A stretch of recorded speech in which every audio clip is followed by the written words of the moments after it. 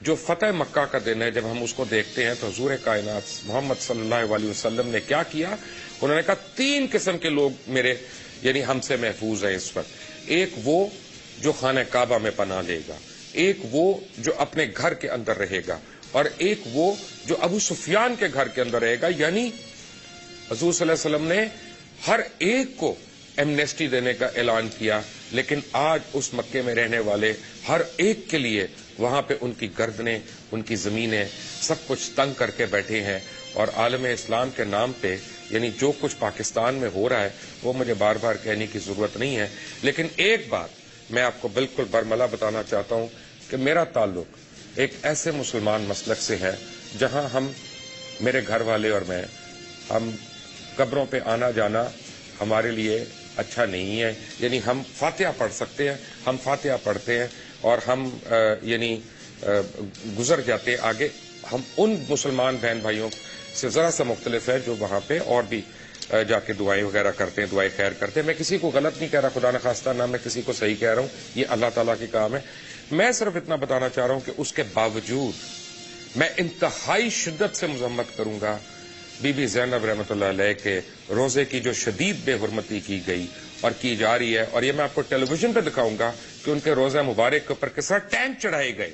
یعنی اتنے بدبخت لوگ ہیں، یہ اتنے ایسے لوگ ہیں، ایسے ظالم لوگ ہیں کہ بی بی زینب رحمۃ اللہ علیہ کے روزہ مبارک کے اوپر ٹینک چڑھا کے ہم اپنی پتہ نہیں کون سی شاہانہ قوت اور اپنی کون سی طاقت ہم بتانا چاہتے ہیں۔ یہ مسلمانوں کا حال ہے، اور یہ مکے کا آج حال ہے کہ مسلمانوں کے لیے، بالخصوص پاکستانی مسلمانوں کے لیے مکے میں کیا ہو رہا ہے۔ یہ سیریا کا حال ہے کہ اہل بیت یعنی جن کی وجہ سے حضور صلی اللہ علیہ وسلم سے ہماری محبتیں جو ہیں وہ کتنا بڑھ جاتی ہیں، اور صرف وہ نہیں بلکہ صحابہ کرام کی بھی ایسی بہت سے روزہ مبارک ہیں جن کے متعلق مجھے پتا چلا کہ ان کی بے حرمتی کی جا رہی ہے، اور اس کی جتنی شدید مذمت کی جائے، جتنی عالم اسلام کو شدید مذمت کی جائے، میرا خیال ہے کہ کم ہے۔ میں کمزور مسلمان ہوں، میں کمزور انسان ہوں، لیکن میں اس چیز میں ان سب کے آگے کھڑا ہونا چاہوں گا جو اس مذمت میں ہوں گے۔ اور اب جب میں اس کو پاکستان کے زمرے میں لے کے آتا ہوں تو تعزیرات پاکستان اور اسلامی قوانین ہمارے ملک میں صرف دہشت گردوں کو ریلیز کرنے کے لیے ہیں، صرف نون ٹارگٹ کلرز کو پناہ دینے کے لیے ہیں، صرف ایسے بزنس مین جنہوں نے اس ملک کو لوٹا کسوٹا ان کے خلاف مجھ جیسے اینکرز کو نوٹس بھیجنے کے لیے عدالتیں ہیں کہ خبردار ابھی ان کے پر پروگرام نہیں کرنا جب تک عدالت فیصلہ نہیں کرتی۔ عدالت تو سالوں سال وہ فیصلہ نہیں کرے گی۔ میں یا میری طرح کوئی بھی اینکر ان کی 2 نمبریوں کے اوپر مسلسل بات نہیں کر سکے گا۔ کجا اس کا کہ ہمیں کہا جائے کہ آؤ عدالت میں، یہ ذرا ثبوت لے کے آؤ کہ تم کیا کہہ رہے ہو کہ فلاں نے کیسا پیسہ کھایا، یہ ثابت کرے اور اس کا فیصلہ کرے۔ نہیں، تم چپ کر جاؤ، جب تک عدالت حکم ثانی نہیں دیتی تم نے اس پہ بات نہیں کرنی۔ ہماری عدالتیں کیا کر رہی ہیں اور ہمارے مسلمان ممالک کیا کر رہے ہیں۔ To discuss that, I have Senator Faisal Raza Abdi joining me from Islamabad after a short break. Take a break.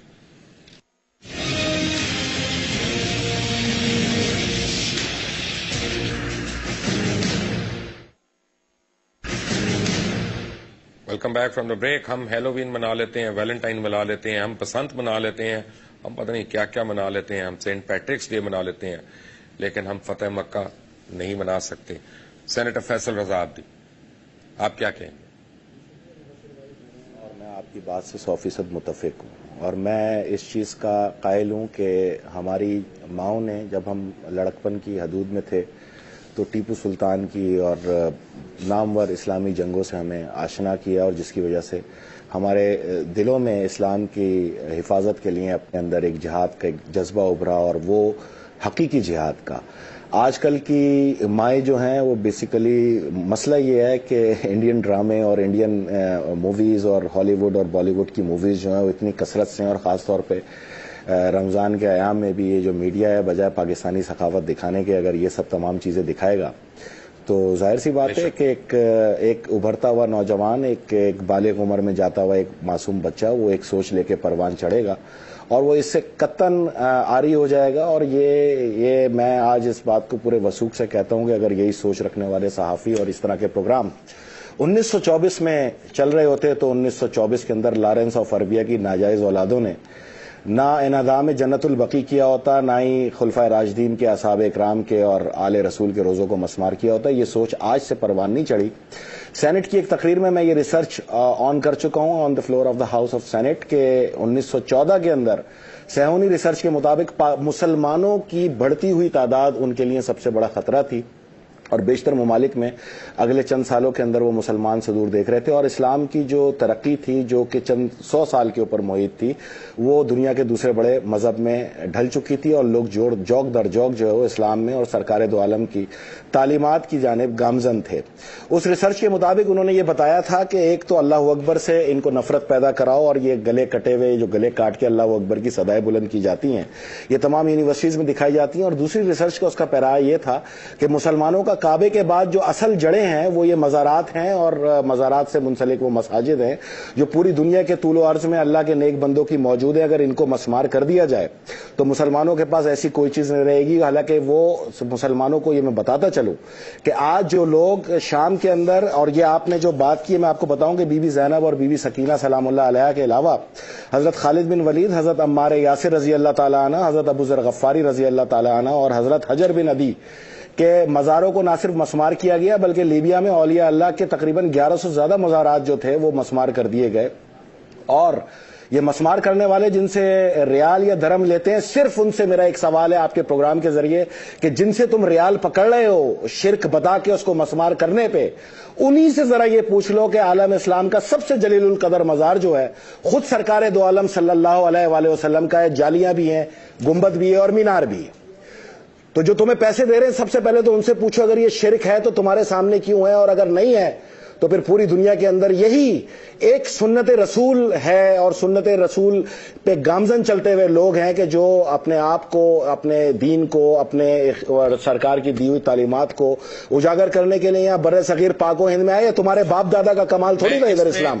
میں آپ کو بتاؤں اس میں دو متضاد آبویسلی اسکول آف تھاٹس بھی ہوں گے، خود ہمارا بھی ایک اس سے تضاد ہے، لیکن ہیونگ سیڈ دیٹ کسی بھی قبر کی، چاہے وہ غیر مسلم کی قبر ہو، اس کی کوئی بھی ہو، بالکل صحیح بات، بالکل ٹھیک ہے، بالکل آپ کی بات صحیح ہے، لیکن میں آپ کے پروگرام کے توسط سے یہ امریکن سے تو پوچھ سکتا ہوں نا کہ آپ کھلے عام فنڈ کر رہے ہو وائٹ ہاؤس سے، موساد کھلے عام فنڈ کر رہی ہے ان باغیوں کو، اور آپ کے دیے ہوئے فنڈ سے اگر ہمارے مقامات مقدسہ جو اس سے پہلے کربلا میں بھی نظر آیا، سامرا میں بھی نظر آیا، مشہد پہ بھی دھمکیاں دی گئی، اگر آپ کے ان پیسے دیے ہوئے امریکی عوام کے اس ٹیکس کے معارض وجود میں آئی ہوئی حکومتیں اگر اس طرح سپورٹ کریں گی ان باغیوں کو تو براہ راست آپ بھی اس کے اندر ملوث ہو، اور اب تو آپ کے ملوث ہونے کا کوئی دوسرا راستہ رہتا نہیں کہ تمام اسلامی تعلیمات کے اندر اگر یہ لکھا ہے کہ بدھا کے مجسمے اگر گرائے گئے بامیان میں تو ہم تمام نے اس کی نہ صرف شدید مذمت کی، بیکاز اسلام اس کی اجازت نہیں دیتا جو آج برما میں مسلمانوں کو فیس کرنا پڑ رہا ہے۔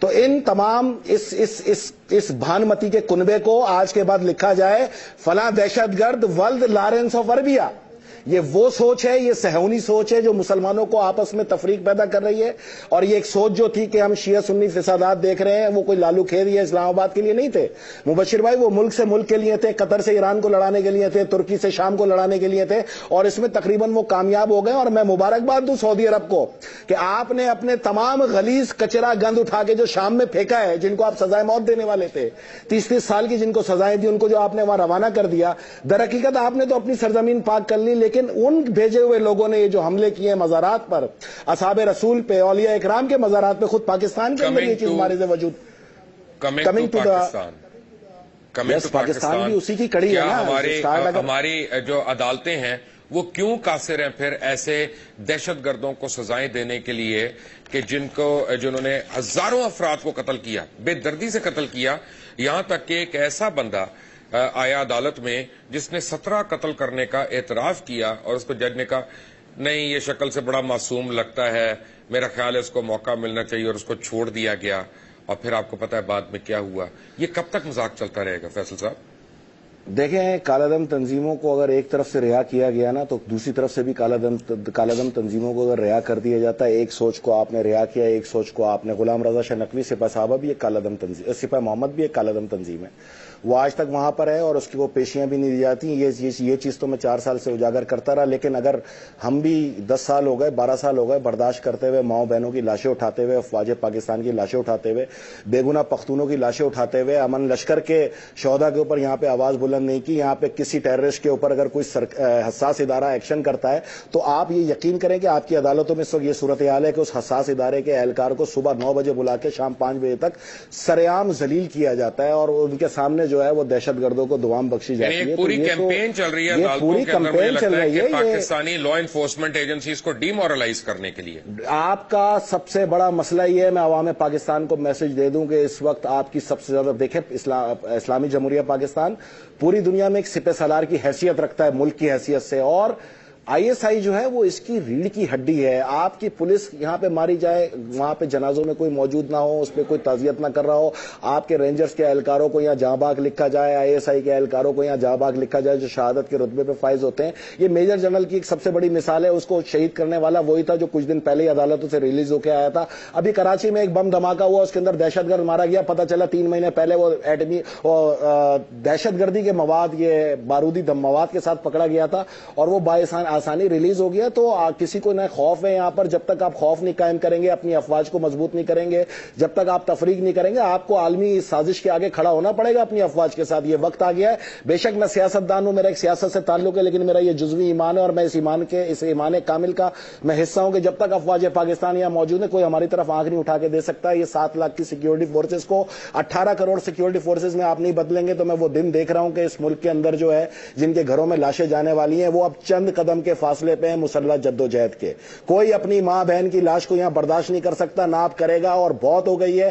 یہ عمل جو ہے یہ گلگت سے لے کے کراچی تک جو مارز وجود میں آیا ہے, پوری میڈیا نے یہاں پہ بیٹھ کے کہا ہے ہو از دا بینیفیشری. 5 سال media who is the beneficiary کے لفظوں پر چلنے والی میڈیا سے آج میرا سوال ہے کہ یہ جتنے دھماکے ہوئے ہیں اصل who is the beneficiary. The government is the beneficiary and the government barrier are the beneficiary. یہ تمام لوگوں کو یہاں پر مسلط کیا گیا ہے یا لایا گیا ہے. جو لوگ ان کے آگے آواز نہیں اٹھا سکتے, آپ ان سے یہ امید رکھ سکتے ہیں کہ وہ ان کے خلاف ایکشن لیں گے. کبھی نہیں لیں گے. لیکن میں پھر گورنمنٹ کو وائس آف شہداء کے پلیٹ فارم کے وائس آف شہداء پاکستان کے پلیٹ فارم سے یہ آگاہ کر دوں کہ اگر وہ واقعی اس وقت سیریس ہیں اور پاکستان کو بچانا چاہتے ہیں اور کوئی ایکشن لینا چاہتے ہیں تو آسرا کرنے کی ضرورت نہیں ہے.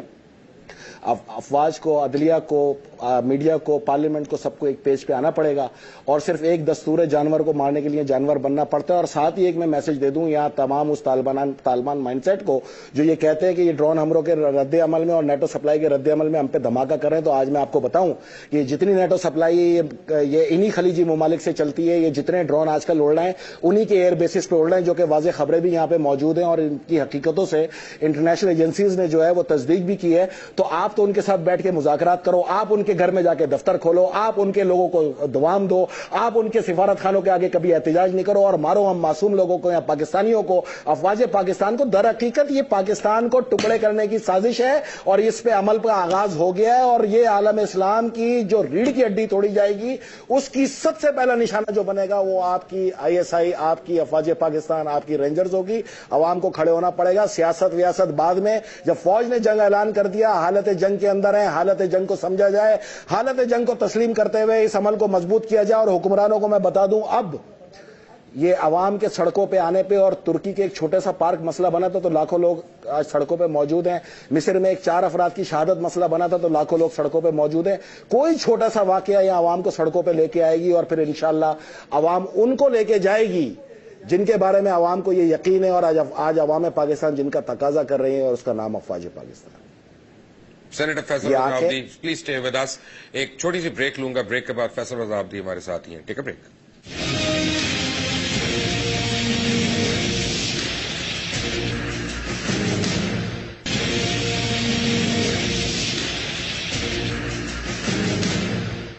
Welcome back from the break. Faisal Raza Abidi Sahab, بات یہ ہے کہ پاکستان میں ہم دیکھتے ہیں کہ اگر پیپلز پارٹی کے خلاف مقدمے ہوں تو ان کی بڑی جلدی جلدی سماعت ہوتی ہے, NRO کے مقدمات کی روز پہ سماعت ہوتی ہے. لیکن اصغر خان کیس جو ہے اب مجھے نہیں پتا کس سٹیج پہ ہے, ورڈکٹ آنے کے باوجود. حدیبیہ ملز جو ہے ان کا کیس نہیں کھلے گا. ملر ٹریکٹرز کی پرائیویٹائزیشن جو ہے اس کے اوپر کبھی نہیں بات ہوگی. DG خان سیمنٹ کا فیصلہ پتہ نہیں کتنے سال سے بند پڑا رہے گا اور مجھے روک دیا جائے گا کہ میں ایک مخصوص بینک یا اس کے مالک کے متعلق نہ بات کروں تاکہ اور وہ اسی طرح کروڑہا روپے کا روز کاروبار کرتا رہے گا. What is this going on? آپ کو یعنی کہ آپ نے جو بڑی اچھی بات کی اور میں آپ سے اس لیے متفق ہوں کہ جس طرح یہ ایم سی بی کی آپ غالباً بات کر رہے ہیں، مسلم کمرشل بینک کی، از اٹ؟ نہیں، مسلم کمرشل بینک پہ ابھی نہیں روکا گیا، لیکن اس سے بھی روک دیں گے کیونکہ منشا صاحب اب آپ کو پتا ہے نہیں، میں آپ کو یہ بتاؤں کہ پاکستان میں اگر یہ جو صحافت کے اصل روئے رواں ہیں نا، اگر پاکستان میں صحافت نے جو اس وقت ایک چھوٹی سی آواز اٹھائی جو دبا دی گئی، لیکن حقیقت میں یہ تھا کہ جتنے کی وہ بلڈنگ تھی اتنے میں وہ بینک پورا خرید لیا گیا تھا، پاکستان کے اندر کھلے عام اندھیر تھی. تو اب میں ان سیاسی کرداروں پہ جانے کے بجائے صرف ایک چھوٹی سی کتاب آپ کو دکھاؤں گا جو الحمدللہ مجھے 4 سال ہو گئے دکھاتے ہوئے، جس کا نام ہے PLD 2000. اسی میں پرویز مشرف کی سیفٹی بھی ہے. اسی کے اندر افتخار چودھری صاحب نے سب سے بڑا ڈاکہ ڈکلیئر کیا تھا، یہ 6 ارب روپے کا، جو خود مینشن بھی کیا ہے. یہ اس فیصلے کے اوپر آج تک کوئی فیصلہ آیا بھی نہیں ہے. ظفر علی شاہ صاحب کا کیس ہے، یہ شاید آپ کو یاد ہو، اور اس کے اوپر 2007 کے اندر ریویو پٹیشن فائل کی گئی تھی اور وکیل کا لائسنس جو ہے ویلڈ نہیں تھا. اس کے تحت جتنے بڑے ڈاکو قرار دیا گیا تھا نا ان حکمرانوں کو جو یہ موجودہ بیٹھے ہیں، نہ تو کوئی اس پہ 4 سال تک اس کے آگے میرے کوئی فیصلہ لا سکا بظاہر چیمپئن بننے کے سوائے یا کرسیوں پہ اچھلنے کے، نہ کوئی فیصلہ لے کے آیا، نہ ہی کسی نے یہ بتایا کہ یہ کیس آج کس نہج پر ہے. جب تک اس کیس کا فیصلہ نہیں آ جاتا، موجودہ وزیر اعظم اور موجودہ وزیر اعلیٰ پنجاب دونوں ہی کرمنل ہیں عدالت کی نظر میں.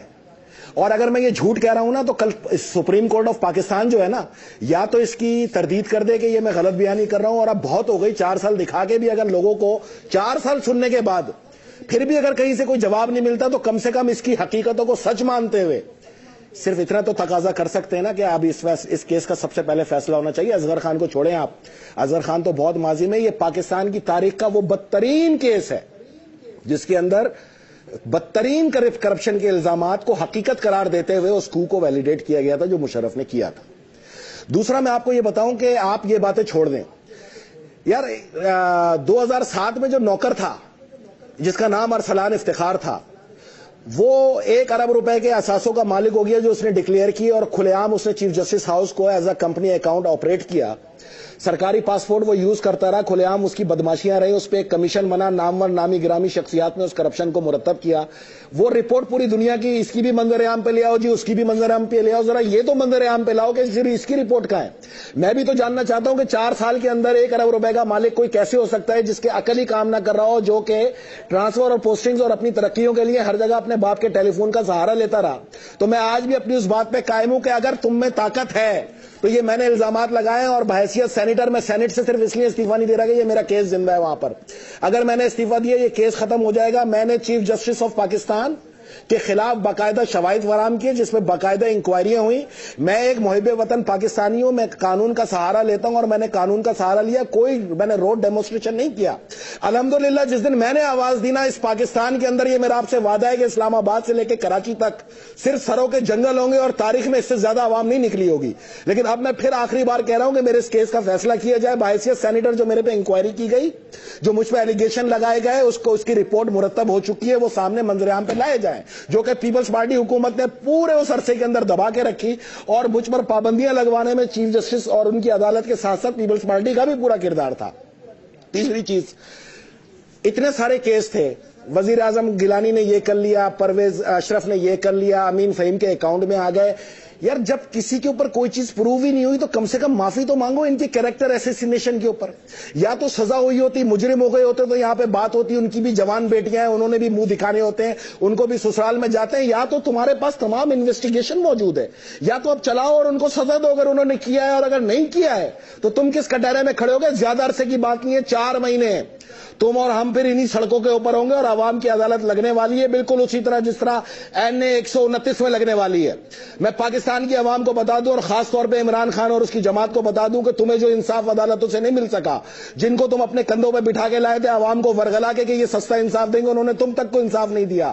اب اس کا فیصلہ ہوگا NA 129 میں, اور جو جن کو MQM سے مسئلہ ہے اس کا ہوگا PS 103 میں, جس کو ANP سے مسئلہ ہے اس کا ہوگا NA 1 کے اندر. اور اب عوام پاکستان یہ فیصلہ کرے گی کہ کون حقیقت ہے اور کون ناجائز, اور انشاءاللہ NA 129 جو کہ میاں شہباز شریف کی چھوڑی ہوئی سیٹ ہے, اس پر اگر عوام نے واقعی نفرت کی اور واقعی وہاں کوئی دھاندلی ہوئی ہے تو فوج کی نگرانی میں الیکشن ہو, عمران خان اپنے تمام اراکین اسمبلی کو پولنگ ایجنٹ بنائے اور صرف یہ سیٹ جیت لے, تو ان کی حیثیت اردلی سے زیادہ نہیں ہوگی اس پاکستان کے اندر. یہ میں آپ کو بتا دوں, عوام فیصلہ دے گی انشاءاللہ. اور یہ جو صدارتی الیکشن پہ بحث کر کے اس چیز سے پردہ پوشی کی جا رہی ہے کہ جیسی عید گزرے یہ ضمنی الیکشن سر پہ کھڑا ہو, میں پھر آگاہ کر دوں, یہ ضمنی الیکشن پورے الیکشن کی کریڈیبلٹی کو یہاں پر سامنے لے کے آئے گا. جو یہ بھانڈمتی کا کنبہ الیکشن کمیشن اور سپریم کورٹ میں بیٹھے ہوئے چند کردار اور اس وقت نگراں سیٹ اپ میں بیٹھے ہوئے چند کرداروں نے یہاں پر اجاگر کیا تھا, صدر مملکت کو بائی پاس کر کے ایک فارم رائز کر کے جس بدماشی کا آغاز کیا تھا وہ بدماشی مارے سے وجود میں آئی, اور یہاں پر حکمراں بدماشیوں کے ذریعے آ کے بیٹھ گئے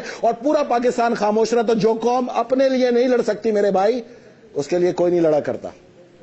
لیکن ایک بات تو مجھے بتائیں فیصل صاحب, ایکیڈیمک سوال کر رہا ہوں ایک جی, مجھے قانون کا پتہ نہیں ہے, آپ ماشاءاللہ سینیٹر ہیں, آپ مجھے سمجھا سکتے ہیں. چیف جسٹس افتخار محمد چودھری نے ایک جگہ خود کہا کہ انہوں نے اپنے بیٹی کی شادی کرنے کے لیے ہاؤس بلڈنگ فائنانس کارپوریشن سے لون لیا. تو ہاؤس بلڈنگ فائنانس کارپوریشن کا جو لون ہے اس کے بڑے قواعد و ضوابط ہیں, اور وہ لون اگر آپ نے لیا ہو کبھی, کیونکہ میں نے ایک گھر بنانے کے لیے لون لیا تھا اور وہ عذاب ہو گیا تھا کہ 15% گھر بنایا تو اب ان کی انسپیکشن کراؤ, 25% گھر بنایا پھر انسپیکشن کراؤ, پھر وہ اس کی قسط ریلیز ہوتی ہے, 70% بنایا تو پھر اس کی گھر کراؤ, کمپلیشن کے بعد کمپلیشن سرٹیفکیٹ لو. یہ ان کو بغیر کوئی گھر بنائے ہاؤس بلڈنگ فائنانس کارپوریشن نے لون دے دیا, اور انہوں نے اس چیز کے لیے نہیں لگایا جس میں ان کو لگانا تھا, بیٹے کے ولیمے پہ لگا دیا. اس کی متعلق آپ کا قانون کیا کہتا ہے؟ دیکھیں, اس کے متعلق تو میں نے یہ کیس پورا فائل کیا ہے, اور یہ کیس جو ہے یہ میں نے SOP 113/2005 پہ فائل کیا تھا. لیکن جو اس کو میں نے کیس کو فائل کیا تھا وہ ان کے کوڈ آف کنڈکٹ کو رکھتے ہوئے فائل کیا تھا, اور میرا سب سے بڑا الزام یہ تھا کہ جج جھوٹ نہیں بول سکتا. یہ ان کے کوڈ آف کنڈکٹ میں لکھا ہوا ہے, جو انہوں نے خود مرتب کیا ان تمام ججز نے جو اس وقت سپریم کورٹ میں موجود ہیں بحیثیت ایک سپریم کورٹ رجسٹرار جو اس وقت سیکرٹری تھا. اس کے تحت جج کبھی بھی جھوٹ نہیں بول سکتا. اور جو لوگ شرن اور اس طرح بات کرتے ہیں, میں ان کو یہ بتا دوں قرآن کے اندر باقاعدہ حکم موجود ہے کہ جج غلطی کرنے کے بعد سیدھا جہنم میں جائے گا. تمام لوگوں کے لیے معافی ہے, مجھ جیسے گنہگار کے لیے بھی معافی ہے, آپ کے لیے بھی معافی ہوگی, لیکن جج کے لیے معافی نہیں ہے. یہ آپ نے جو بات کی, یہ میں نے کیس فائل کیا تھا, اور یہ اس کا جواب مجھے آج 3 سال ہو گئے مجھے مل نہیں رہا. اس کے 5 بائی لاز ہیں جو انہوں نے لون لیا تھا ہاؤس بلڈنگ ایڈوانس سے, اور یہ صرف انہی نے نہیں لیا, 3-4 اور جج ہیں, انشاءاللہ ان کے بھی پوری ڈاکومنٹس ریڈی ہو چکے ہیں. میں عوام کے سامنے لاؤں گا کہ خود سچائی کا پرچار کرنے والے کتنے جھوٹے ہیں, تو تاریخ کے اندر مجھے دیکھ کے شرم آ گئی. Number 1, construction of new house purchase کریں گے آپ. دوسرا, نمبر 3, اس کی رینوویشن کریں گے. نمبر 4, اس کو ایکسٹینڈ کریں گے, اس کو بڑھائیں گے, یا اس کی کوئی منزل بڑھانا چاہتے ہیں تو آپ بے شک بڑھائیں. نمبر 5, آپ ملٹی سٹوری کے اندر کوئی فلیٹ لے سکتے ہیں. اس پہ کہیں بھی نہیں لکھا کہ آپ ولیمہ کر سکتے ہیں, کیونکہ یہ خود انہی کے الفاظ تھے, اور یہی وہ الفاظ میں نے لے کر اپنے کیس کا آغاز کیا تھا. الحمدللہ میں 3 سال سے آج بھی اس کیس پہ یہاں موجود ہوں. چودھری نثار نے جو میرے 2 گن مین واپس لیے ہیں, اس کو تو گن مینوں کی ضرورت نہیں ہے, اور مجھے اب ضرورت نہیں ہے, کیونکہ اگر مجھے کچھ ہوا میری کھلی یہاں پر یہ ہے کہ میرے قتل کا مقدمہ افتخار چودھری, نواز شریف, شہباز شریف اور چودھری نثار پہ لگایا جائے, کیونکہ جتنی تھریٹس مجھے تو ایک باکس سیکیورٹی کی ضرورت تھی. 2 گن مین تھے, وہ بھی تم جیز میں لے جاؤ, تمہیں مبارک ہو. پھر بھی اکیلے زندہ رہ کے دکھائیں گے یا لڑ کے دکھائیں گے, نہ اس ملک سے جائیں گے نہ اس ملک کو چھوڑیں گے, اس ملک کے لیے لڑیں گے انشاءاللہ. لیکن بحیثیت سینیٹر میرا یہ حق بنتا ہے کہ جو میں نے سینٹ کے اندر یہ کیس فائل کیا, مجھے اس کا جواب آنا چاہیے. اور اگر جواب نہیں آتا تو پھر کہنے میں اس سے بڑی بدماشی کیا ہوگی کہ کھلے عام جب الیکشن کمیشن یہ کہے کہ 54 حلقوں کے اندر دھاندلی کی تصدیق ہو چکی ہے, اور وہاں پھر نوٹیفیکیشن ہو, 50 کروڑ روپے دو آپ انگوٹھا نشان چیک کرنے کے لیے اور اس پہ کوئی بات کرنے کے لیے تیار نہ ہو. پاکستان کے اندر 21,000 میگا واٹ بجلی بنانے کے یہاں پہ ذرائع موجود ہیں, اور 13,000 میگا واٹ بنتی ہے, اور اس کے باوجود 50 ارب روپے لگا کے تم نندی پور پروجیکٹ یہاں پہ شروع کرو اور دھول جھونکنے کی کوشش کرو, تمہاری پروڈکشن بڑھ جائے اور بجلی کی استعداد وہیں کی وہیں ہو. تم گندم کے بدلے گیس لینے کے بجائے 11 MMBTU گیس لینے کے بجائے 18 MMBTU گیس لو جا کر, تو پھر اس کے بعد تو پاکستان کی عوام کی خاموشی، ان کو مبارک ہو. ہمارا کام بولنا تھا، ہم ایک مائنڈ سیٹ تھے، ہم ایک سیاستدان تھے، ہم نے کوشش کی اور یہ ہمارے مائنڈ سیٹ کی فتح ہے کہ جس کو امیر المومنین کہا جاتا تھا 2008 میں، آج نکل کے دیکھو مبشر بھائی 80% پاکستانیوں کے گھروں میں وہی لفظ دیا جاتا ہے جو میں بیچ میں دے گیا اور جو لوگوں کو برا لگا. لیکن میرا پوچھنے پہ یہ کیا حق ہی نہیں ہے کہ یہ آپ کے اپنے کیے ہوئے فیصلے، یہ کتابیں، یہ تمام چیزیں، یہ اصغر خان کیس اور یہ سب کچھ آپ رکھ کے ٹوکری کے اندر اور ڈی ایچ اے کا کیس کھول کے جاتے جاتے بھی پیدا گیریاں آپ کی نسل جو ہے اس وقت وہاں پہ پوری دنیا کے اندر یہ بیچتی پھر رہی ہے. اور یہ ڈی ایچ اے کے کیس کی اصل حقیقت کیا ہے انشاءاللہ اگلے 1-2 دن کے اندر لے کے آؤں گا. براہ راست یہ حملہ ہے یا پاک افواج کے لوگوں پر اور ان کے ریٹائر لوگوں کے اوپر جہاں پر کوئی شکایت نہ ہو بغیر کمیشن کے. والا کیس ہے اس کی بات بالکل میں اسی کی بات کر رہا ہوں. میں ای او بی آئی میں کیا کیا غلط انہوں نے؟ دیکھیں اس پہ آپ کریں ایک تفصیلی پروگرام، میں اس پہ آپ کو پوری کمپلیٹ ریسرچ دوں گا. بہت سی چیزیں غلط ہوئی ہیں وہاں، اس میں کوئی شک نہیں ہے.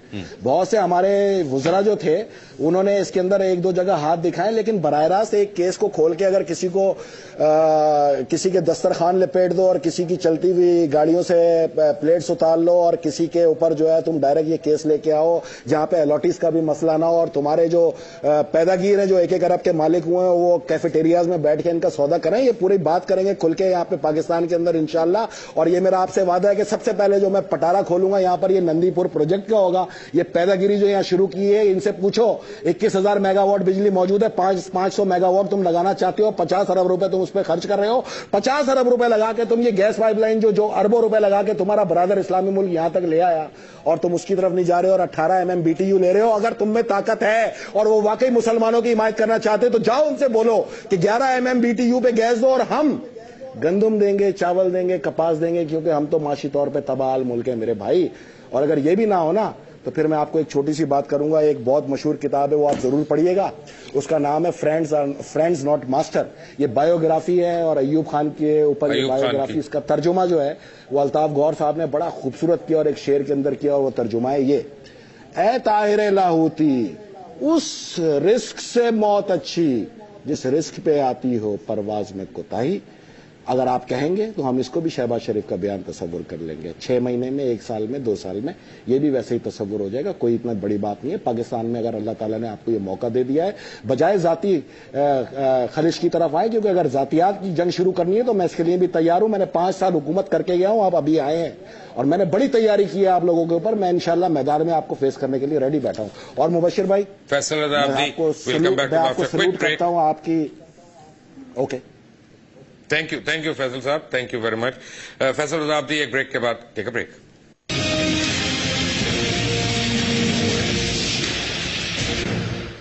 Welcome back from the break. Senator Faisal Raza Abidi ہمارے ساتھ ہیں. فیصل صاحب آپ سینیٹر ہیں، آپ اس ملک کے اس ایوان میں ہیں جو قانون سازی کرتا ہے. میں آپ کا ایک شہری ہوں، میں ایک ٹیکس پیئر ہوں. میرا آپ سے ایک چھوٹا سا سوال ہے، میں چھوٹا آدمی ہوں، چھوٹا سا سوال ہے کہ میں نے کوشش کی پتہ کرنے کی کہ ارسلان افتخار کی وجہ شہرت جو ہے وہ کیا ہے اور اس کے پیچھے کتنی صداقت ہے اور کتنا جھوٹ ہے. یعنی میں اور ان کو بھی میں نے دعوت دی تھی اس پہ. اس کی سزا مجھے یہ ملی کہ مجھے اتنا بلیک لسٹ کیا گیا اور اتنا تروڑ مروڑ کے ہر جگہ پیش کیا گیا کہ میں اپنے بچوں کے آگے، اپنے گھر والوں کے آگے، یعنی آج تک مجھے جو ہے نا کئی دفعہ لوگوں کو دور پرے کے واقف آتے ہیں ان کو سمجھانا پڑ جاتا ہے یار اصل میں ہوا کیا نہیں ہوا. میں عدلیہ کے خلاف نہیں، میں آزاد عدلیہ کے خلاف نہیں. میں کس کے پاس انصاف کے لیے جاؤں؟ میں آپ کو ایک بات حقیقت بتاؤں کہ میں تو سمجھ رہا تھا کہ شاید یہ اکیلا ہی کھڑے ہونا پڑے گا، لڑنا پڑے گا، لیکن میں نے ابھی پچھلے دنوں آپ کے 10-12 دن ہونے والے پروگرام بہت غور سے دیکھے، کیونکہ اکثر چینلز کے اندر مجھے روک دیا جاتا ہے، آنے نہیں دیا جاتا. لیکن میں آپ کو یہ بات حقیقت بتاؤں کہ مجھے لگا کہ شاید میری روح نکل کے جو ہے وہ آپ کے اندر چلی گئی ہے اور آپ نے جس طرح فیس کیا اور جس طرح جیسمین منظور سمیت مختلف صحافی فیس کر رہے ہیں، میں آپ لوگوں کو واقعی سلام پیش کرتا ہوں اور مجھے یقین ہے کہ آپ لبرل پروگریسو سوچ رکھنے والے تمام صحافی اس آواز کو بلند کرتے رہیں گے، کیونکہ ہم جو آواز بلند کرتے ہیں اس میں کسی کا کوئی مکتب فکر کوئی چیز نہیں ہوتی. ہم صرف ایک انسان بن کے گفتگو کرتے ہیں. ہمارا مسئلہ ان کی حکومتوں کو گرانا ہرگز نہیں ہے. اللہ نے ان کو حکومتیں دی ہیں بے شک بنائیں، لیکن میں آج آپ کے پروگرام کے توسط سے اہل ذہن جو ذہن رکھنے والے لوگ ہیں، دیکھو بھائی پرویز مشرف کے دور میں ڈرون حملہ ہوا، آپ لوگوں نے کہا چونکہ حکومت ڈرون حملے کروا رہی ہے اس لیے ہم پرویز مشرف اور اس کے لوگوں کو نشانہ بنائیں گے، اور بنایا. پیپلز پارٹی کی حکومت آئی, ANP کی حکومت آئی, MQM کی حکومت آئی, ڈرون حملے ہوئے, آپ لوگوں نے کہا کہ بھئی یہ تو اس ڈرون حملوں کا رد عمل ہے, یہ نشانہ اس لیے پیپلز پارٹی والے بن رہے ہیں. تو یار ابھی تو عمران خان اور نواز شریف کی حکومت ہے نا, اب بھی ڈرون حملے ہو رہے ہیں, اب بھی نشانہ ہم ہی بن رہے ہیں, اب بھی یہ نشانہ نہیں بن رہے. تو میں آپ کو یہ بات کلیئر بتا دوں, یہ کوئی الیکشن میں ان کو مسلط کرنے کے لیے نہیں لایا گیا تھا, بلکہ مسلط کرانے کے بعد ہم جیسے کوئی سیاستوں کو اور ہم جیسوں کو سیکیورٹی کے مسائل سے دوچار کر کے اور ہماری محفوظ پناہ گاہوں کو جو ڈسکاؤنٹڈ ریٹ پہ ہمیں ملے ہوئے تھے وہ چھین کر ہمیں سڑک پہ پھینک دیا گیا ہے تاکہ ہم آرام سے نشانہ بن جائیں. تو الحمدللہ اگر ہم نے ان لشکروں کا مقابلہ پھر لشکروں سے ہی کرنا ہے تو عوام ہمیں جواب دے. آیا ہم اپنے حفاظتی اسکواڈ لے کے اگر ساتھ گھوم سکتے ہیں اور کہیں پہ مقابلہ ہو جائے تو پھر اس کو کیا کہیں گے اور دوسرے لفظوں میں کیا کہا جائے گا؟ آیا ان کے اوپر ڈرون حملوں کے رد عمل کیوں نہیں ہوتے؟ یہ کھلے عام گھومتے ہیں, ان کو تو ضرورت ہی نہیں کسی چیزوں کی. ہم یہ جانتے ہیں کہ ہماری ماؤں بہنوں کے قاتل کون ہیں اور ہم جانتے ہیں کہ یہ ان کا پولیٹیکل ونگ ہے. کراچی کے اندر ہم ہر ایک پولیٹیکل ونگ ڈھونڈ رہے ہوتے ہیں, اس طرح ہم اگر پورے پاکستان میں بھی ڈھونڈیں تو ہمیں یہی نظر آئے گا کہ یہی بینیفیشری اور یہی لوگ جو ہیں باقاعدہ ملوث ہیں ہماری ماؤں بہنوں کے قتل عام میں. تو پھر انشاءاللہ جب یہ برقعے پہن کے بھاگیں گے, جو ان کی عادت ہے یہ صہیونی دہشت گردوں کی, لارنس آف عربیہ کی اولادوں کی, تو پھر یہی لوگ ہوں گے ہمارے سامنے اور ہم ہوں گے اور یہ ہوں گے. تو وہ دن نہیں آنا چاہیے. ہمیں اپنے قانون نافذ کرنے والے اداروں کو مضبوط کرنا چاہیے, لیکن وہ اس وقت تک نہیں ہو سکتا جب 22,000 دہشت گرد آپ عدالتوں سے ریلیز کر دو گے اور وہ آ کے بار بار ہمیں پھاڑیں گے اور ماریں گے اور آپ صرف ایک یہ بہانہ کرو گے جی ایویڈنس ہی نہیں تھا. What do you mean by evidence نہیں تھا؟ Pakistan major act of law میں لکھا ہوا ہے, کوئی پروسیکیوشن ثابت نہ کر سکے اس افسر کو 2 سال قید ہونی چاہیے. تو آپ ان سے یہ پوچھیں گے انہوں نے کتنے لوگوں کو قید دیے, تو یہ پھنس جائیں گے. تو اس مائنڈ سیٹ کو بڑھانے کے لیے, اس مائنڈ سیٹ کو مضبوط کرنے کے لیے میں ہر اول دستے کے طور پہ آپ کے ساتھ ہوں. مبشر بھائی آپ جیسے ہر صحافی کے ساتھ ہوں. مجھے اگر یہاں ٹی وی پہ زیادہ موقع نہیں بھی ملا تو مجھے جتنا موقع ملتا ہے آفیشیل سید فیصل رضا عابدی میرا پیج ہے, ادھر سے میں وائس آف شہداء کی آواز بلند کر رہا ہوں. اور یہ جان لیں پاکستانی کہ ان کا قصور یہ نہیں ہے کہ یہ شیعہ سنی اہل حدیث ہیں, دیوبندی ہیں, بریلوی ہیں. ان کا مسئلہ یہ ہے یہ ایٹامک پاور اسلام کی سب سے بڑے سپہ سالار ملک کے رہنے والے باشندے ہیں. اگر ہم اپنے قومی پروجیکٹ لینے میں کامیاب ہو گئے, جو گوادر گیس پائپ لائن اور مختلف ہمارے پروجیکٹ ہیں, جو ڈاکیارڈ ہم بنانا چاہ رہے ہیں چائنا کے ساتھ آپ نے ہرمس کے انتہائی قریب, اگر ہم ان پروجیکٹس میں کامیاب ہو گئے تو یہ میں آپ کو بتا دوں کہ یہ لوگ جو ہمیں ریال دے کے مروا رہے ہیں یہ منوڑا کی کشتیوں میں نظر آئیں گے اور ہم بوٹ کے اندر بیٹھے ہوں گے. پاکستان آئیڈیل ملک ہوگا اس پوری دنیا کے اندر, اور پوری دنیا پاکستان کے اندر انویسٹمنٹ کرے گی جو گوادر کے طور پہ کی جا رہی ہے. اور ایک بار پھر میں گزارش کروں گا میاں نواز شریف کی حکومت سے کہ وہ جو ہے اس چیز کو صحیح معنوں میں صحیح انداز میں اگر ٹیک اپ کرتے اور دہشت گردوں کے خلاف کارروائی کرتے اور عدالتیں اپنا رویہ درست کر کے بجائے پیدا گیری کے مقدموں میں جانے کے ان قاتلوں کو پکڑ پکڑ کے سزائیں دیتی ہیں اور لٹکاتی ہیں, تو پھر انشاءاللہ پورا تعاون بھی رہے گا. کسی کی حکومتیں گرانے نہیں, پاکستان کو بچانے کے لیے بیٹھے. سیاست خدا آپ کا بہت بہت شکریہ. ایک جاتے ہوئے ایک بات میں جاتے ہوئے ایک بات مبشر بھائی میں آپ کو کہہ دوں جی کہ حق بات کہنا ہی سب سے بڑا جہاد ہوتا ہے. ہمارا مسئلہ اور آپ کا مسئلہ یہ لوگ سمجھتے ہیں کہ ہم تلوار لے کے میدان میں آ جائیں, وہ وقت آئے گا تو انشاءاللہ آئیں گے. لیکن یہ جو ہم اور آپ بیٹھ کے بھی یہ آواز بلند کر رہے ہیں یہ آپ بھی جانتے ہیں اور میں بھی جانتا ہوں کہ ہم پھر کس طرح زندگی گزارتے ہیں. اللہ تعالیٰ باقی لوگوں کو اس چیز سے محفوظ رکھے. آمین. میں نے کل آپ سے ایک ریکویسٹ کرنی ہے. جمعۃ المبارک ہے, 16 رمضان المبارک ہے اور فتح مکہ کا دن ہے, تو اس دن کم از کم جمعے کی نماز پڑھ کے عالم اسلام کے لیے دعا کریں کہ کاش اللہ تعالیٰ ہمیں حضور محمد صلی اللہ علیہ وسلم کی نہ صرف سیرت پہ چلنے کی توفیق عطا فرمائے بلکہ ان کی سنتوں پہ عمل کرنے کی بھی توفیق فرمائے, اور قرآن کی تعلیمات کے زیر نگرانی مسلمان, میں یہ نہیں کہتا کہ فاتح ہوں, میں یہ نہیں کہتا کہ قابض ہوں, لیکن عزت سے پوری دنیا میں اپنا مقام دوبارہ پا سکیں. انٹل دی نیکسٹ ٹائم, اللہ حافظ.